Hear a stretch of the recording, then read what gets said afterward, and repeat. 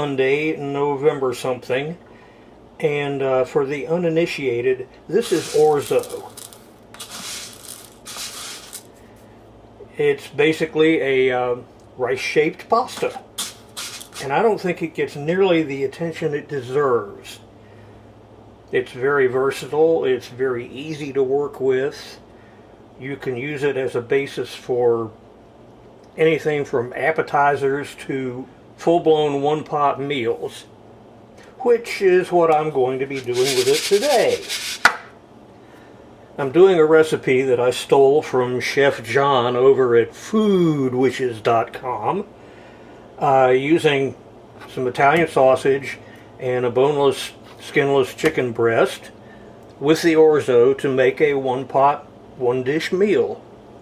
And the first thing we have to do is cut these puppies into bite-sized pieces. And it helps if they are still slightly frozen.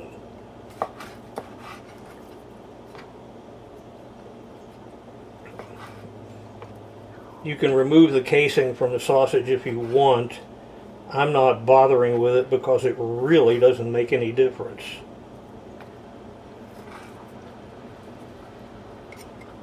Look out. And same with the chicken. Roughly bite-sized pieces.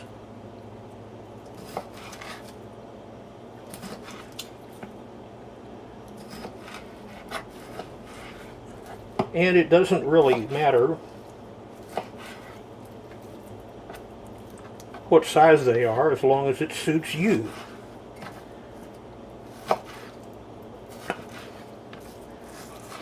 I'm going to be making essentially a soup, so I'm thinking in terms of spoon size. You can make this same dish a little bit drier and serve it right on a plate. Again, it's just how versatile this stuff is. There. And that's all there is to that. Now we start assembling. I'm doing half of Chef John's recipe, which makes 2 pretty generous servings. I'll put a link to his recipe down in the description. And we start building this thing with about a teaspoon of EVOO.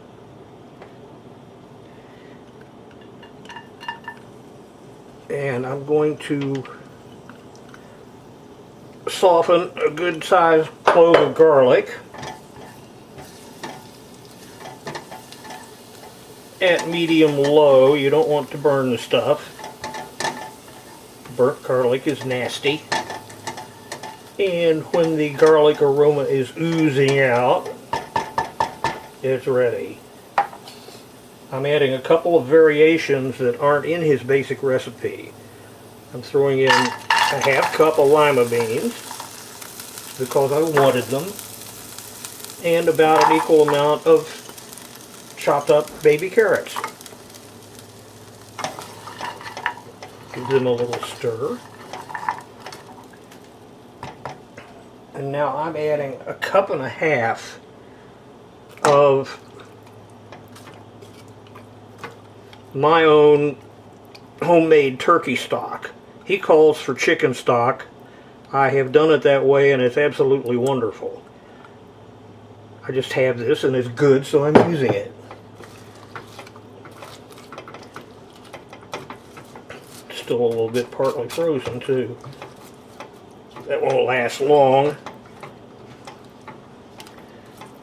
I'll bring this up to a boil. So at this point, talking once again to a camera that I had turned off, thinking I was turning it on, I threw in the orzo, all of the chicken and the sausage, and I added about a half a cup of a tomato sauce and half of a 15-ounce can of diced tomatoes. And here we are about 5 minutes later. and the orzo is starting to fill out a little. The variations to this recipe are essentially endless. They're limited only by your imagination and your tastes and what you feel like putting in it.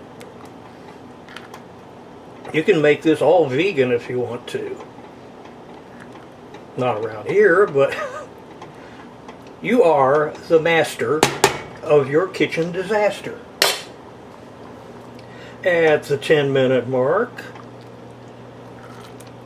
it's good to keep a close eye on it, because at this point you may need to add a little more liquid. You don't want it sticking to the bottom of the pan. But since I added those tomatoes, they came with a little of their own liquid, so that just about balances it out. About another 5 minutes. And around now, you also want to give it a taste. Always taste. And adjust seasonings as required. Salt was about right. I'm adding just a touch of cayenne, just to add a little tingle.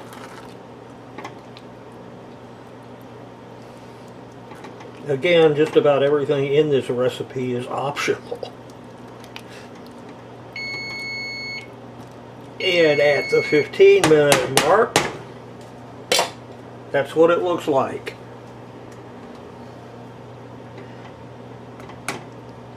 And I'm about to call it dinner. Now all that's left is to finish it with a fresh grate of Reggiano. However much you feel like.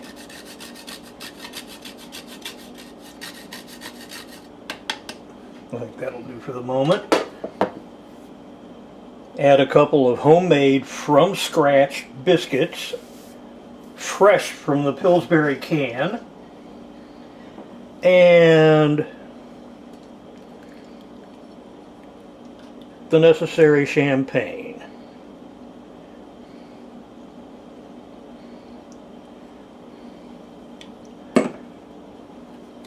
And I'm seeing a serious need to commit piggery, if you will excuse me.